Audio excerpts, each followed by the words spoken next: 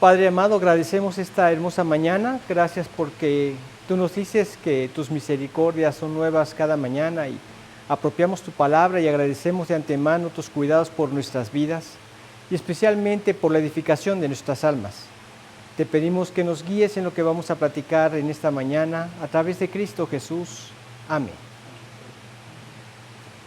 Pues vamos a continuar con nuestra primera carta del apóstol Pedro a los expatriados, a los que habían huido de la persecución que se generó a raíz de que Nerón incendió Roma y que le echó la culpa a los cristianos y ellos tuvieron que huir a diferentes lugares y enfrentaron una persecución tremenda en aquella época, pero Pedro los alienta a través de varias cosas que nos va comentando en esta primera carta.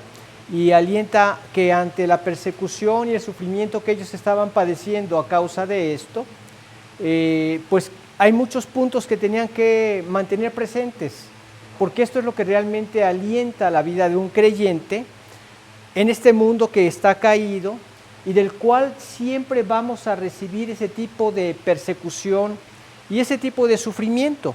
Pero estamos aquí nada más de paso y vamos hacia una eternidad que nos espera allá en los cielos. Pero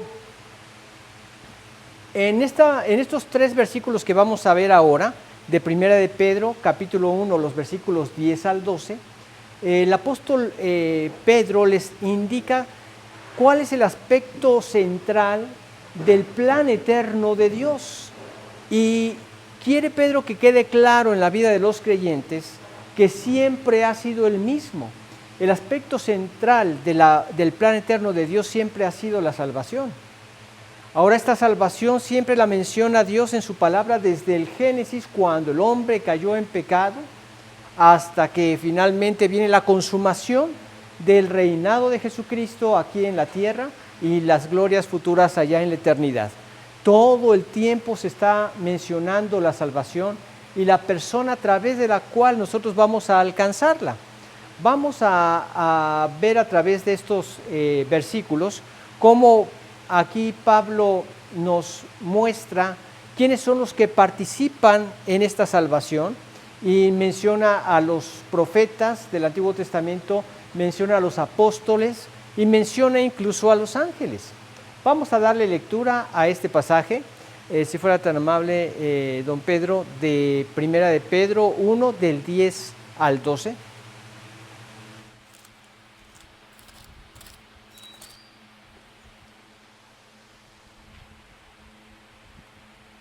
Los profetas que profetizaron de la gracia destinada a vosotros, inquirieron y diligentemente indagaron acerca de esta salvación, escudriñando qué persona y qué tiempo indicaba el Espíritu de Cristo que estaba en ellos, el cual anunciaba de antemano los sufrimientos de Cristo y las glorias que vendrían tras ellos. A estos se les reveló que no para sí mismos, sino para nosotros, administraban las cosas que ahora os son anunciadas por los que os han predicado el Evangelio, por el Espíritu Santo, enviando del cielo, cosas en las cuales anhelan mirar los ángeles.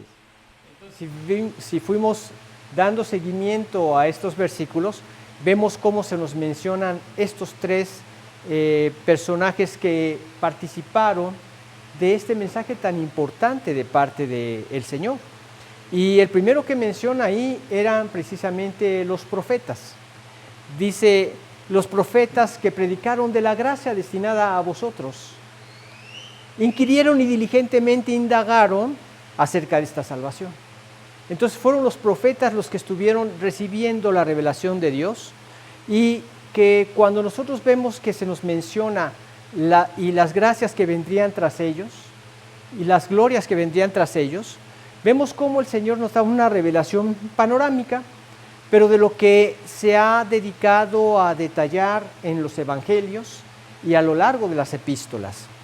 Vemos que Dios siempre ha tenido la misma gracia, la misma misericordia, el mismo celo porque la gente pueda entender la salvación y desde el Génesis hasta el Apocalipsis, porque a veces cuando hablamos de la gracia de Dios, como dice al principio de este versículo, los profetas que profetizaron de la gracia destinada a vosotros, cuando hablamos de la gracia pensamos que esta nada más se refiere acerca de lo que vino a ser Cristo y que podemos disfrutar nosotros como creyentes en esta época. Pero recordemos, a la luz de lo que nos dice en la Escritura, que Jesucristo es el mismo ayer y hoy y por los siglos, Dios nunca ha cambiado, siempre ha sido el mismo. Y en Él están todos estos atributos: misericordia, gracia, amor, etcétera. Todos sus atributos han sido eternos y han sido perfectos. También en el pasado derramó la gracia y la manifestó de una forma abundante tanto a los judíos como a los gentiles. Cuando vemos a un profeta que es movido a ir a predicarle a los ninivitas, a unos gentiles sanguinarios, y vemos cómo se negó Jonás a ir a este lugar, porque él sabía cómo era Dios, y Dios siempre ha sido el mismo. Es más, cuando finalmente Dios perdona por la predicación de Jonás y el arrepentimiento de toda esta gente, perdona a esas personas y ya no trae el juicio sobre ellos, Jonás se enojó, se apesadumbró en extremo y se enojó, y oró a Jehová y le dijo: ahora, oh Jehová, ¿no es esto lo que yo decía estando aún en mi tierra? Porque sabía yo que tú eres Dios clemente y piadoso, tardo en enojarte y de grande misericordia, y que te arrepientes del mal. Nunca cambia. Sabía yo que tú los ibas a perdonar si se arrepentían. Esto es en otras palabras. Sabía yo que tu gracia es indistinta tanto para judíos como para gentiles. Y yo no quiero que estos gentiles se conviertan. Por eso me apresuré a irme a Tarsis. Sabía cómo eres tú. Dios siempre ha sido así. Desde el Génesis hasta el Apocalipsis vemos al mismo Dios y Él siempre ha extendido su gracia sobre las personas. Pero vemos aquí a los profetas que ellos escribieron. Hay personas que interpretan mal este pasaje, que dicen que era tanto el deseo que tenían de la salvación que Dios les reveló acerca de la salvación. Pero no, ellos ya habían escrito acerca de la salvación y había no solo sus escritos, sino también los escritos de otros profetas que hablaban de la salvación. Y ellos empezaron a investigar y a indagar. El primer punto que nosotros vemos en este pasaje es precisamente esta forma de anunciar la salvación de parte de los profetas, pero con un gran anhelo. Y aquí dice: los profetas que profetizaron acerca de la salvación destinada a vosotros, de la gracia destinada a vosotros a través de la salvación, de la salvación que Dios nos da, un regalo que Dios nos da. Y entonces lo que vemos es que ellos anticiparon esta gracia que iba a venir. Pero ellos estudiaron con mucho celo acerca de qué persona y qué tiempo indicaban las Escrituras. Y esto era lo que les angustiaba. Ellos querían saber qué persona y qué tiempo había destinado Dios que iban a suceder todas estas cosas. Era algo que les movía desde adentro del corazón, porque era tan importante para ellos que querían saberlo. Era lo trascendental, lo que iba a cambiar el corazón del hombre que adquirió la perdición desde que pecó en Edén. Lo único que iba a cambiar sus vidas y darles esperanza, no solo del cambio de sus vidas, sino la gloriosa esperanza de la vida eterna. Y ellos estudiaron con celo qué persona y qué tiempo decía Dios. Y ellos proclamaban a la gente esta salvación, anunciándoles que este Mesías que iba a venir, iba a lograr precisamente esto que tanto anhelaban. Y se esforzaron porque la gente entendiera esto. Hay una salvación, hay una esperanza, vamos a ser liberados, todo lo que está escrito se va a cumplir. Ahora, ellos recibieron no solamente respecto de la salvación la revelación, sino también la misma revelación acerca del establecimiento del reino de Dios aquí en la tierra. y que Israel iba a ser el lugar donde iba a venir a reinar y que ellos iban a ser el pueblo de Dios con el cual iba a reinar. Todo esto lo tenían ellos presente.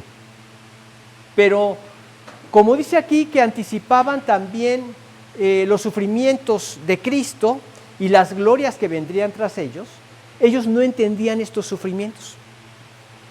Pero ellos anhelaban saber quién era este personaje. Tan lo anhelaban que vemos el último de los profetas, a Juan el Bautista, que está preso porque lo pone preso Herodes porque le estaba despertando su conciencia, le estaba lastimando su conciencia de que él tenía por mujer a la esposa de su hermano. Entonces lo pone preso y estando Juan preso, manda a uno de sus discípulos a preguntarle a Jesús: ¿eres tú aquel que había de venir o esperamos algún otro? ¿Por qué? Porque los profetas querían saberlo. Ellos querían saber cómo iba a estar y quién iba a ser la persona que iba a venir. Para ellos era sumamente importante. Y entonces les proclamaron la salvación que iba a venir a través del Mesías. Y esto estaba en la Escritura porque estaba profetizado sus sufrimientos. Vemos en Isaías 53 cómo se nos describe el sufrimiento del Mesías: despreciado y desechado entre los hombres, varón de dolores, experimentado en quebranto, y como es que escondimos del rostro, fue menospreciado y no le estimamos. Ciertamente llevó él nuestras enfermedades y sufrió nuestros dolores, y nosotros le tuvimos por azotado, por herido de Dios y abatido. Mas él herido fue por nuestras rebeliones, molido por nuestros pecados. El castigo de nuestra paz fue sobre él y por su llaga fuimos nosotros curados. O sea, todo esto estaba profetizado en Isaías. En el Salmo 22 se nos describe muchos acontecimientos que vemos en la cruz cumplidos. Repartieron entre sí mis vestidos y sobre mi ropa echaron suertes, dice en el Salmo 22. Qué tremendo que todo esto lo veían, pero no lo entendían y querían entenderlo. Y este era el anhelo del corazón de cada uno de ellos. Y ahí tenemos a Juan el Bautista. ¿Eres tú el que había de venir o esperamos algún otro? Ahora, yo me pregunto, ¿por qué Jesús no le dijo: sí, soy yo el que había de venir, ya no te preocupes, soy yo, listo? Porque bien se lo podía haber dicho. Pero él se lo dijo con la misma certeza, es decir, se lo dijo con las palabras que él sabía que le iban a dar la misma certeza a Juan de que él era el que había de venir. Vayan y díganle a Juan lo que acaban de ver.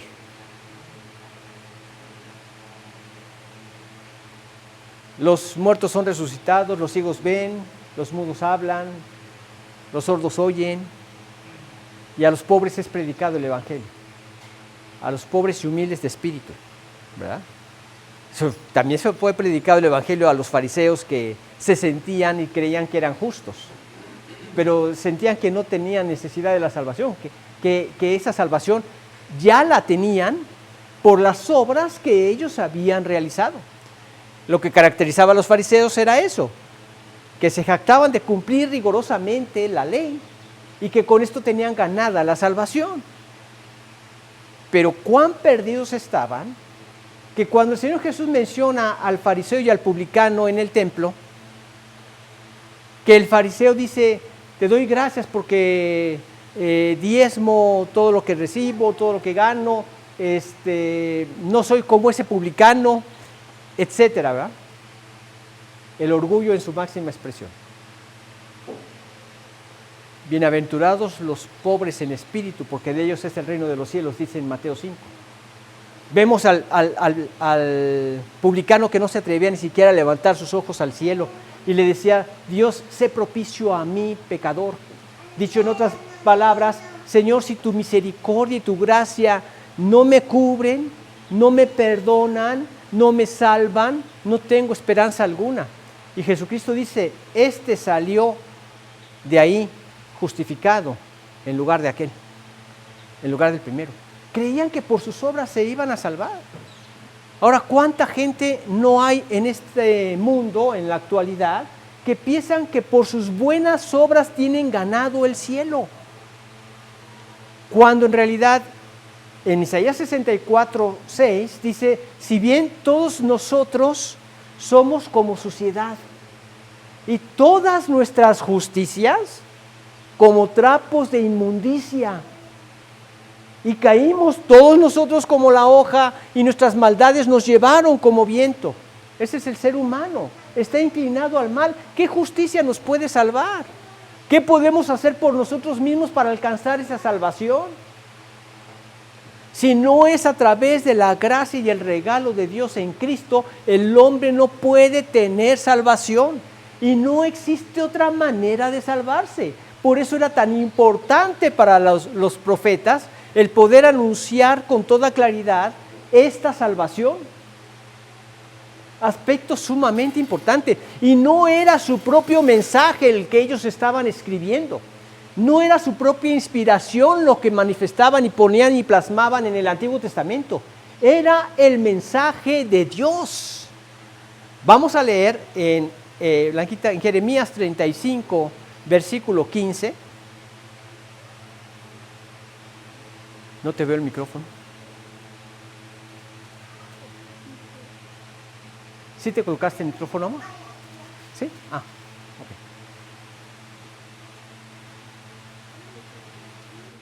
Y envié a vosotros todos mis siervos los profetas desde temprano y sin cesar para deciros, volveos ahora cada uno de vuestro mal camino y enmendad vuestras obras y no vayáis tras dioses ajenos para servirles y viviréis en la tierra que di a vosotros y a vuestros padres, mas no inclinasteis vuestro oído ni me oísteis. Envié a vosotros mis profetas. No era el mensaje de ellos, era el mensaje de Dios que ellos tenían que atender. Y solamente a través del mensaje de Dios iban a poder recibir el mensaje de salvación de Dios. Y tenían que atender a ese mensaje de Dios. Se habían inclinado a adorar a otros dioses. Ahora, nosotros decimos, gracias a Dios, ya no estamos en esa barbarie espiritual, ¿verdad? Ya no adoramos a otros dioses. Bueno, quizá no como ellos lo hacían, a esas estatuas y deidades que se hacían, pero realmente la idolatría no ha cesado. ¿Y qué significa la idolatría? Cualquier cosa de adoración que no es Dios. Eso es la idolatría. Adorar cualquier otra cosa que no es Dios. O sea, ¿cuál es el primer mandamiento? Cuando le preguntaron a Jesucristo esto, Él dijo, amarás al Señor tu Dios. Pero ¿cómo hay que amarlo? Con todo vuestro corazón, alma, mente, fuerzas, con todo tu ser. Amarás al Señor tu Dios con todo tu corazón, con toda tu alma, con toda tu mente. Este es el primero y más grande mandamiento. El segundo es semejante, amarás a tu prójimo como a ti mismo. De estos dos mandamientos depende toda la ley de los profetas. Si hay algo en nuestra vida que amamos más que a Dios en este sentido, con todo mi corazón, con toda mi alma, con toda mi mente, esto es un ídolo. Y el hombre sigue viviendo en idolatría. Yo me acuerdo en mi época de incrédulo, amar a Dios era simplemente un mandamiento. Tal como lo dice en Isaías 23, donde dice, porque este pueblo ciertamente se acerca a mí con su boca y con sus labios me honra, pero su corazón está lejos de mí. Creo que es el 29:13. Y su temor de mí no es más que un mandamiento de hombres que les ha sido enseñado. Así era. Era solamente un mandamiento. Desde pequeñito me lo enseñaron, pero no era una realidad en mi vida. Amar así con todo mi corazón, alma y mente. Si en ese momento me lo hubieran preguntado, ¿a quién amas con todo tu corazón, alma, mente y fuerzas? ¿Verdad? Hubiera dicho, pues a Blanquita, mi novia, ¿no? Era mi ídolo. Podría haber dicho mi trabajo, era mi ídolo. Podría haber dicho mis estudios, era mi ídolo. Sigue habiendo idolatría. Pero Dios les dijo a través del mensaje que ellos escribieron, fue un mensaje que ellos escribieron,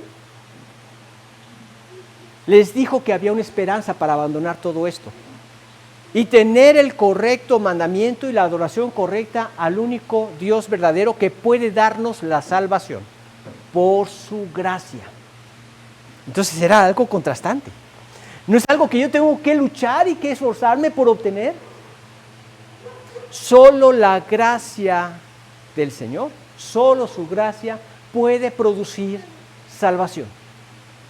Leemos en Tito capítulo 2, versículo 11, si fuera tan amable, don Pedro.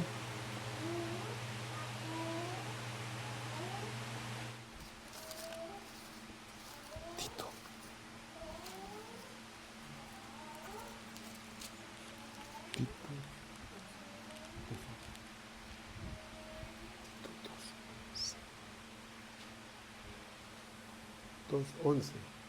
Tito 2:11. Porque la gracia de Dios se ha manifestado para salvación a todos los hombres. La gracia de Dios se ha manifestado para salvación a todos los hombres. Es que si no es por gracia no hay otra forma de salvarnos. ¿Y qué significa gracia? El favor de Dios, el favor inmerecido. Para poderlo entender les he comentado, pero como cuando llega un pordiosero, a un mendigo en el semáforo y se acerca a pedirte una caridad, tú le das un dinero y se lo das por pura gracia. No trabajó para obtenerlo, no se lo merece, no se lo ha ganado, se lo está regalando por pura gracia. No nos merecemos la salvación, no la podemos ganar. Dios nos la está regalando en Cristo. ¿A quién? A todo aquel que se arrepiente y se convierte a Dios. Arrepentíos y convertíos. Y el arrepentimiento siempre involucra un abandono del pecado. Precisamente de esto me estoy arrepintiendo. Estoy dando la media vuelta de la vida de pecado para ahora hacer la voluntad de Dios.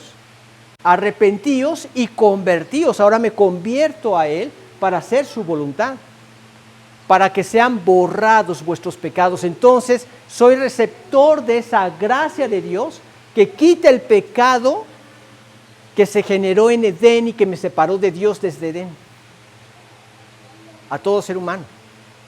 Este es nuestro gran problema, nuestro gran estorbo, que solamente por Cristo es quitado. Por eso ellos estudiaron, dice, los profetas que profetizaron de la gracia destinada a vosotros, inquirieron y diligentemente indagaron acerca de esta salvación, diligentemente inquirieron a ver en dónde estaba, cómo obtenerla, en qué consistía, y lo estudiaron y lo estudiaron y lo escudriñaron hasta que encontraron el sentido de lo que tenía que ver esta salvación. Entonces, vemos que estos profetas pudieron, por todo ese esmero, entender que un día vendría ese Mesías, que Él era el que iba a hacer posible nuestra salvación y el establecimiento del reino. Ahora, ¿qué es lo que falta? Precisamente falta el establecimiento del reino. Él prometió que iba a venir y que lo iba a establecer, ¿sí? ¿Cuánto falta? Pues no sabemos. Pero supongamos que el Señor regresara por su iglesia hoy. Nosotros pensamos entonces que se desencadenaría la tribulación y la gran tribulación, algo así como 7 años, y luego el establecimiento del reino. Él vendría ya a reinar. Vencería a sus enemigos y entrarían únicamente las personas salvadas a ese reino. Y nosotros, si nos toca morir y regresar con Cristo, estaremos ya con cuerpos transformados reinando juntamente con Él. Y de ahí el reino de Dios por toda la eternidad. Él viene a reinar y nunca más va a dejar de reinar. Por eso dice que reinará por los siglos de los siglos, eternamente. Su reino es eterno. Desde que viene y lo establece, su reino es eterno. Entonces, Sabían ellos qué era lo que estaban profetizando, porque el Espíritu se los había revelado. No era su mensaje, era el mensaje de Dios. Sabían qué era lo que profetizaban, pero no sabían cuándo ocurriría lo que ellos estaban profetizando. Esta era la gran diferencia. Tú estudias y valoras esta salvación así como lo hacían ellos. Es algo que debemos preguntarnos, porque cuando algo se menciona tanto en nuestra vida, tiende a perder su importancia y valor. Por eso debemos resistirnos ante eso, para que cada vez que hablamos o escuchamos acerca de esta gloriosa salvación, lejos de que se vuelva algo sin valor, sea mayor la atención que ponemos a esto. Leamos lo que dice en Romanos, en el capítulo 1, Blanquita, Romanos 1, versículos 1 y 2.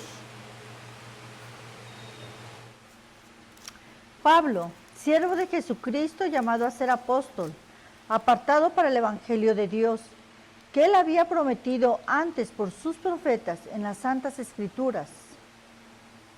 Él había prometido antes por sus santos profetas en las Santas Escrituras.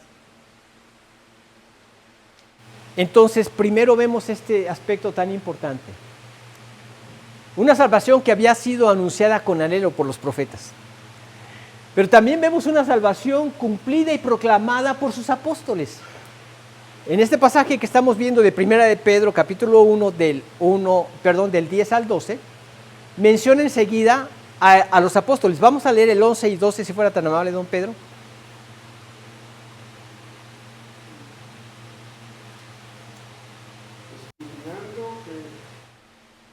¿Qué persona y qué tiempo indicaba el Espíritu de Cristo que estaba en ellos, el cual anunciaba de antemano los sufrimientos de Cristo y las glorias que vendrían tras ellos?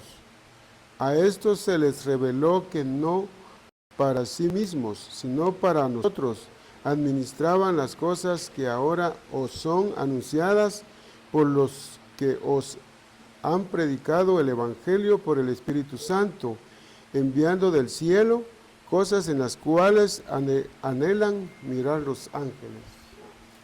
Entonces, dice aquí que ellos escudriñaban qué persona y qué tiempo anunciaba el Espíritu de Cristo que estaba en ellos. Por eso ellos no eran los que escribían, sino el Espíritu que les revelaba a ellos, el cual les anunciaba de antemano los sufrimientos de Cristo y las glorias que vendrían tras ellos. A esto se les reveló que no para sí mismos, sino para nosotros.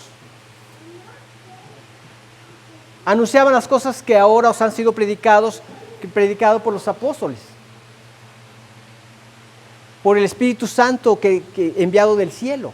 También los apóstoles hablaron por el Espíritu Santo, cosas en las cuales anhelan mirar los ángeles. Entonces vemos aquí cómo los profetas proclamaban también esta salvación. Sabían que esta salvación se iba a llevar a cabo un día y la proclamaban a través de este Mesías que iba a venir un día. Y este Mesías que iba a traer la salvación iba a ser un mensaje de gracia, pero que tenía que ver con un sacrificio y un sufrimiento que él mismo iba a padecer. Entonces entraban en shock. Va a ser rey, va a reinar sobre todo el universo, y va a reinar por toda la eternidad, y va a sufrir, y va a morir. De hecho, Judas, que era el que llevaba la bolsa, el que llevaba el dinero, él se sentía que ya estaba realizado porque creía que él iba a establecer el reino ahora. Y no solo él, todos los apóstoles pensaban que iba a establecer su reino ahora. Y Judas ya se veía hecho, porque él dijo: soy el tesorero, voy a ser el tesorero del reino mundial, ya estoy hecho, ¿verdad? Los mismos apóstoles, cuando el Señor ya resucitó y se manifestó ante ellos, ¿qué le preguntaron al Señor? Señor, ¿establecerás el reino ahora? ¿Pensaban que ya lo iba a establecer? Si lo pensaban cuando Él estaba en vida y veían todos esos milagros portentosos que solamente Dios podía realizar, ahora imagínate si no pensarían que ya iba a establecer el reino cuando lo ven resucitado, en su cuerpo glorificado. ¿Establecerás el reino a Israel ahora? Los profetas lo proclamaron. Y proclamaron estos sufrimientos. Y proclamaron todas estas cosas, pero no era el tiempo.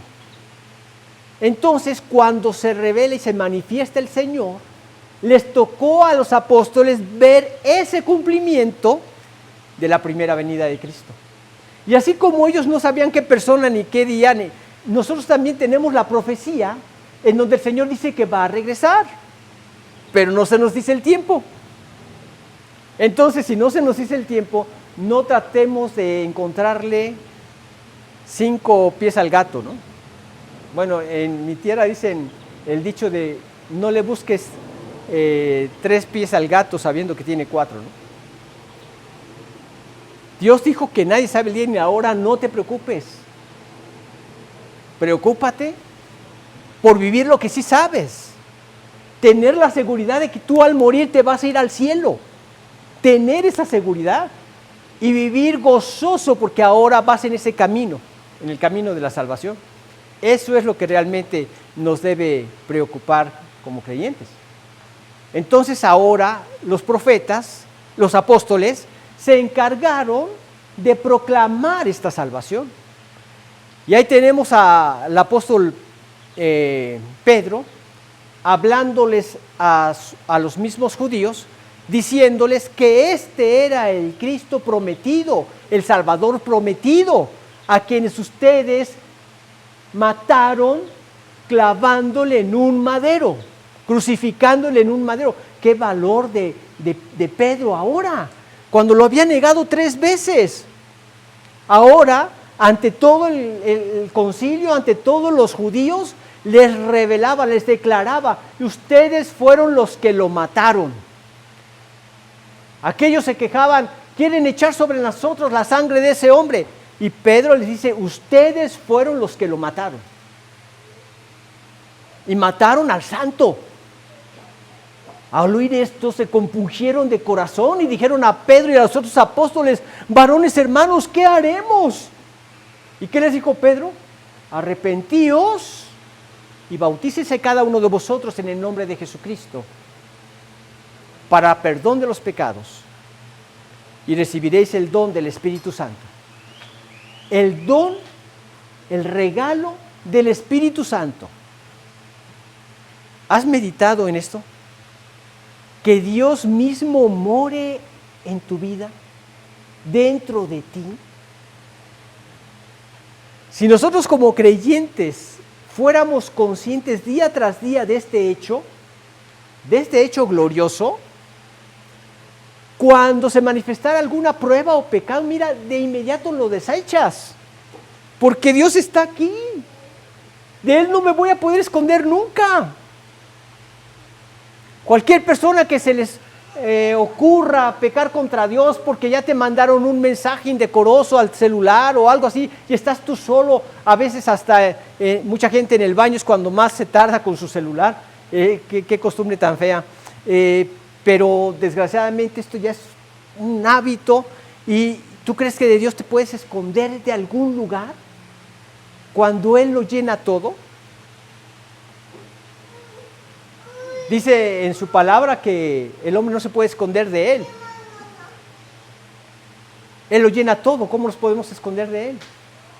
El diablo quiere hacernos pensar que nos podemos esconder de Él, pero cuando eres consciente de su presencia, ni siquiera das lugar. Inmediatamente desechas el pecado, lo haces a un lado, desechas la tentación, la haces a un lado, porque sabes que Él está aquí, en tu vida, en tu corazón. Esto era lo que empezaron a proclamar entonces los apóstoles. Y proclamaron al Cristo resucitado. ¿Cuándo había alguien visto algo así?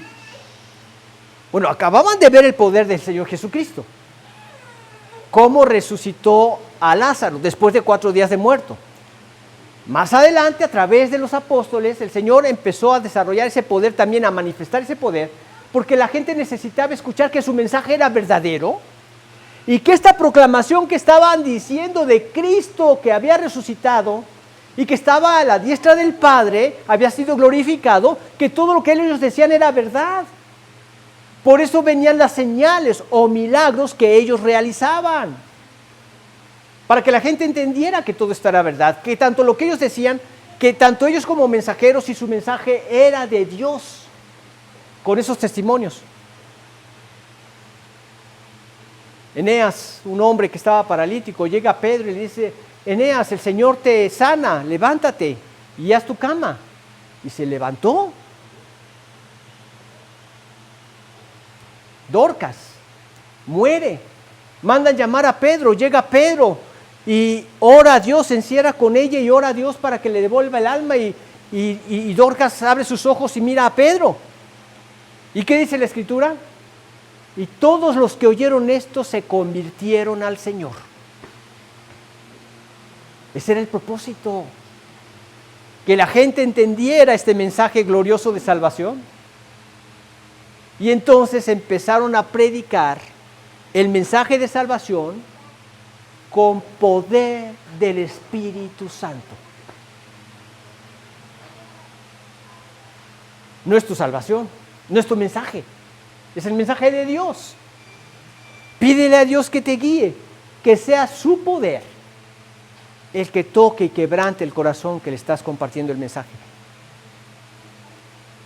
No van a haber señales, porque ya las señales ya no están vigentes, porque ya está escrita la Biblia y tienen que creer a lo que Dios dice en la Biblia, porque es su verdad. Pero hay algo que pueden ver en poder de Dios: tu vida transformada. Tu vida transformada es poder de Dios,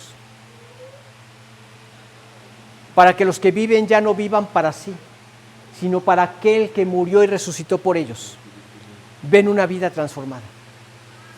Me podría haber dejado sin molestarse en hablarme de Cristo, y está tomándose el tiempo de hablarme de Cristo. Un interés por las demás personas para que conozcan el Evangelio de salvación, una vida transformada. Este es el Evangelio.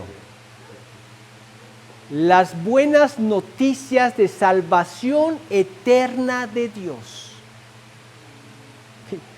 A mí me aterraba ir a un velorio, porque yo decía: un día voy a estar ahí, no sé cómo me vaya a ir. Claro, yo no podía tener ninguna esperanza cuando vivía en una vida llena de pecado. Pero a partir de que me convertí al Señor, cada vez que voy a algún velorio, yo sé que un día voy a estar, mi cuerpo ahí, pero mi alma estará en la presencia del Señor por toda la eternidad. Regresaremos, nos dará un cuerpo semejante al de Cristo, estaremos reinando con Él y toda la eternidad con Él, por toda la eternidad. Qué gloriosa paz podemos disfrutar nosotros como creyentes. Entonces vemos cumplida la palabra. Y no temáis a los que matan el cuerpo, mas el alma no pueden matar. Temed más bien a aquel que puede destruir el alma y el cuerpo en el infierno. A ese temed. Capítulo 10 de Mateo. Entonces no temamos a los que matan el cuerpo. El alma no la pueden matar. Así le dijeron a un fiel creyente en este tiempo de persecución. Tenía 80 años y le dicen: Señor, usted ya está viejito.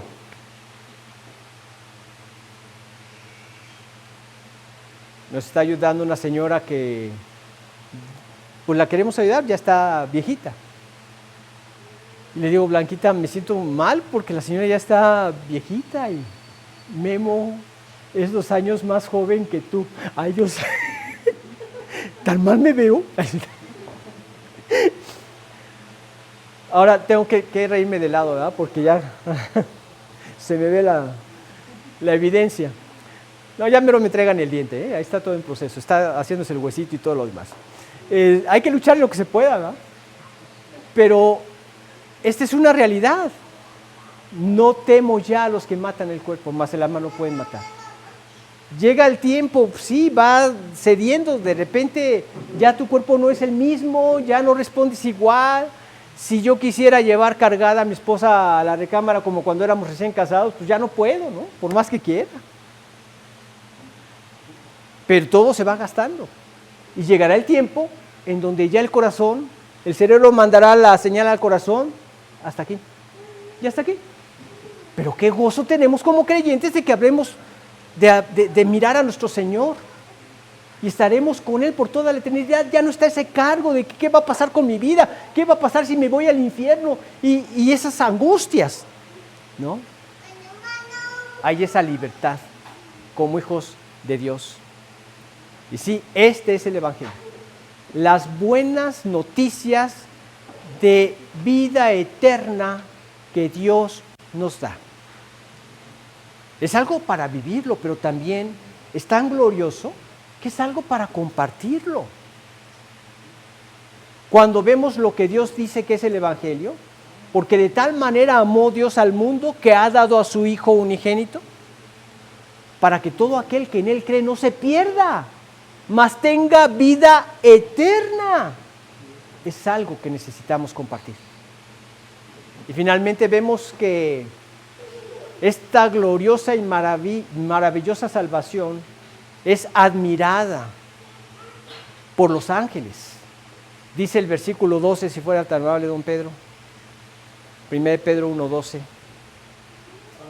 se les reveló no para sí mismos, sino para nosotros.